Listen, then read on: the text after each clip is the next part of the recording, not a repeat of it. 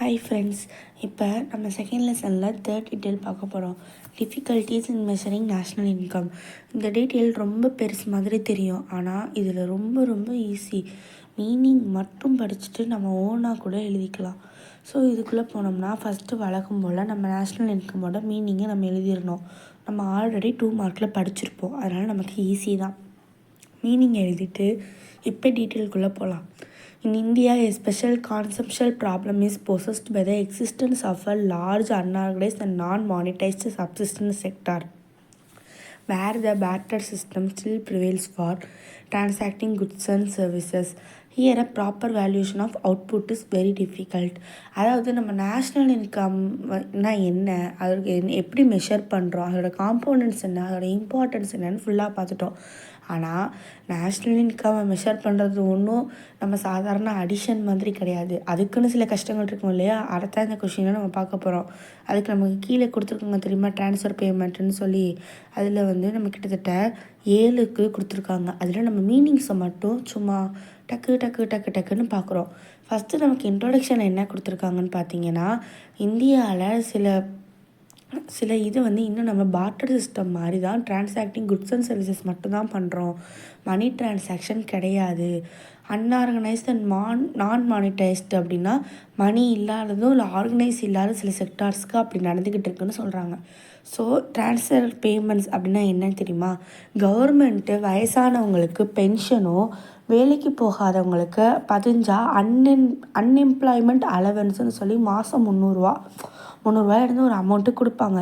So இந்த மாதிரி கொடுக்குறதும் விவசாயிகளுக்கு மானியம் அப்படின்னு கொடுக்குற எல்லாத்தையும் ட்ரான்ஸ்ஃபர் பேமெண்ட்டுன்னு சொல்லுவோம். அதாவது ப்ரொடக்ஷன் காஸ்ட்டில் வராது, உற்பத்திக்குள்ளே வராது, ஆனால் இது கவர்மெண்ட்டு தான் பணம் கொடுப்பாங்க. இந்த பணத்தை நம்மளோட நாட்டு வருமானத்தில் நம்ம சேர்க்க மாட்டோம், அதாவது நேஷ்னல் இன்கமில் நம்ம சேர்க்க மாட்டோம்.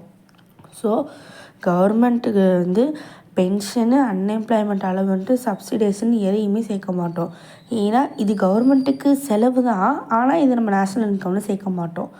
ஏன்னா இது என்ன சொல்கிறது, ப்ரொடக்ஷன் ப்ராசஸில் வராது. இன்னொன்று அவங்க நல்லா இருக்கணும் அப்படின்ற காரணத்துக்காக கவர்மெண்ட் கொடுக்குற அமௌண்ட்டு.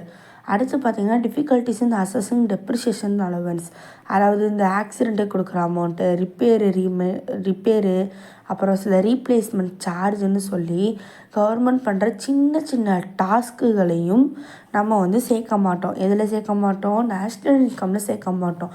ஸோ கவர்மெண்ட் செய்கிற சில செலவுகளில் இந்த செலவுலாம் சேர்க்க மாட்டோம். அது என்னென்னன்றதை தான் நம்ம பார்த்துக்கிட்டு இருக்கோம். அடுத்து பார்த்தோம்னா அன்பெய்டு சர்வீசஸ்ன்னு சொல்கிறோம். என்றைக்காவது நம்ம அப்பா நம்ம அம்மாவுக்கு வீட்டில் வேலை பார்த்துக்கிட்டு இருக்க, பாத்திரம் விளக்கிருக்க, ஒரு சம்பளம் தரேன்னு கொடுத்துருப்பாரா? கிடையாது. ஆனால் நம்ம அம்மா தான் நமக்கு ஃபுல் அண்ட் ஃபுல் காலையில் எந்திரிச்சதுலேருந்து எல்லா ஒர்க்குமே பார்ப்பாங்க. பார்த்திங்கன்னா நிறைய ஒர்க்கு சொல்லவே போயிட்டே இருக்கலாம். காலைல எழுந்திரிச்சு சமைக்கிறது, துணி துவைக்கிறது, பாத்திரம் விளக்கிறது, நம்மளை பார்த்துக்கிறது, நம்ம அப்பாவை பார்த்துக்கிறதுன்னு எல்லாம் இருக்கும். இந்த ஒர்க்குக்கெல்லாம் நம்ம என்னைக்காவது காசு கொடுத்து நீங்கள் பார்த்துருக்கீங்களா? கிடையாது. ஏன்னா அது லவ்லையும் ஒரு அஃபெக்ஷன்லையும் நம்ம அம்மா நமக்காக செய்கிறது. ஸோ ஒரு சர்வர் இந்த வேலையை ஹோட்டலில் பார்த்தா அவருக்கு காசு கொடுக்குறோம், அவரை கொடுக்குற காசை நம்ம கணக்குலையும் எழுதுவோம், அதாவது என்ன சொல்கிறது, செலவுலையும் எழுதுவோம். அவரோட கணக்குப்படி பார்த்தா அவர் வருமானம் வாங்குறாரு. ஸோ அது பெர் கேபிட்டா.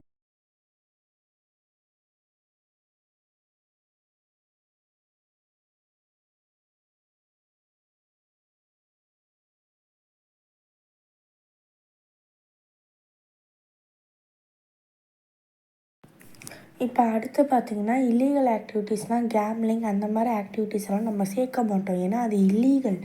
ஸோ அது நேஷ்னல் இன்கம்குள்ளேயே வராது. ஆனால் இந்த மாதிரி ஆக்டிவிட்டீஸ் பண்ணுறதுன்னு தப்பு. ஆனால் இந்த மாதிரி ஆக்டிவிட்டீஸில் நிறையா பேர் ப்ராஃபிட்டும் ஏர்ன் பண்ணுறாங்க. ஸோ இந்த ப்ராஃபிட்